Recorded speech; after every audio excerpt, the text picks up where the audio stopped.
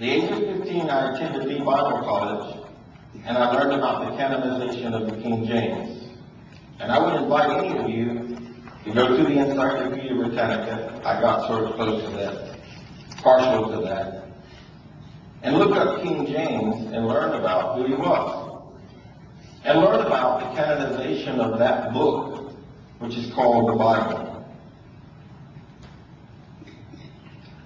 When I finished my thesis that summer at Bible college was entitled Jesus Christ is Not God. I don't know why, but I wasn't asked to come back. The epistles of Paul, who never met Christ, really troubled me. In 3 different accounts in King James, he gives 3 different versions of his conversion on the road to Damascus. At 17, I was offered a scholarship at Duke University to become a Methodist minister.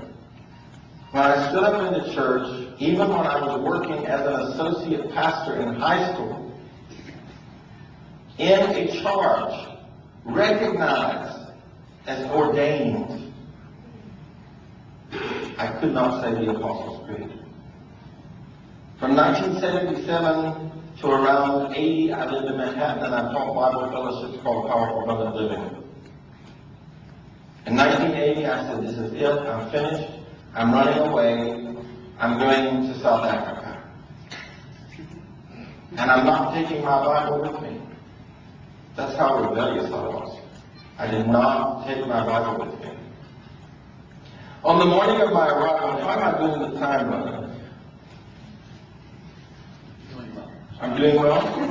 Pass, I was looking, trying to think if I got a longer than so maybe a couple more minutes. All right, good. I'm about wound down here. Can't tell you to stop, so. Okay. When I immigrated to Cape Town, South Africa, the morning of my arrival, I heard, Allahu Akbar, Allahu Akbar. And I said to my host, what was that? He said, oh my God, those stupid Muslims, they do it from morning to night. I said, that's the most beautiful thing I ever heard in my life.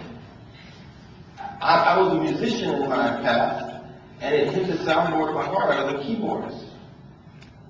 I said, no, that is the most beautiful thing I've ever heard. For 6 years, I worked in anti-apartheid work, worked with different tribes. I was a sort of, some people would say, dumb or either had more faith than I had sense. But I would drive my motorcycle into black townships, into the colored areas, try to find somebody that spoke English. And I was the only trainer in the country at that time, training all races in the same classroom.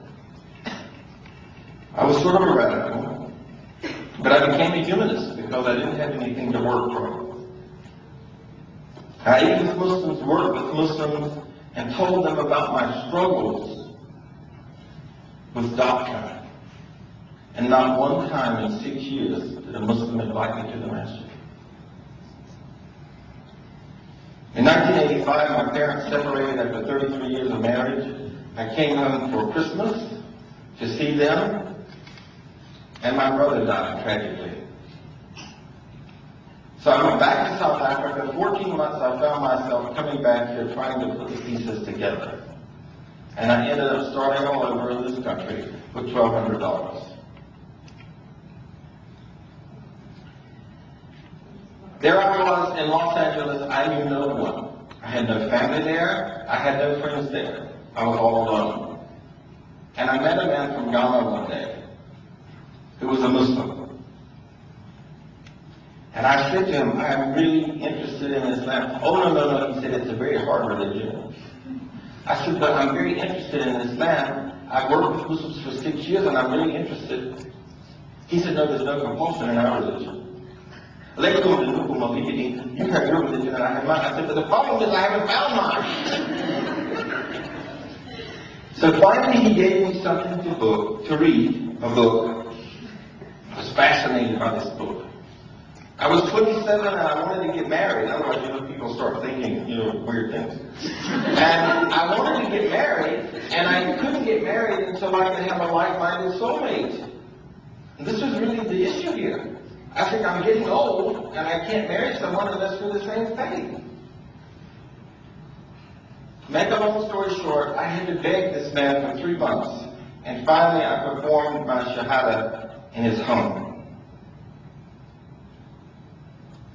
I embraced a religion that has not changed for 1428 years, a religion that acknowledges Jesus and Mary, and a religion that made the unclear clear. I found the undefiled, unadulterated Word of God and the exalted standard for all mankind. As I implemented it, I found freedom, a freedom that God had promised me. Arrogance and pride were replaced with a little bit of humility for the first time in my life. An undeniable confidence in God gave me a peace and a security that I had never understood or never known. So I ask you again tonight to forgive me if my testimony was offensive. And I leave you with the reminder that as a Muslim, I celebrate, accept, and affirm all the diversity in this room, fully.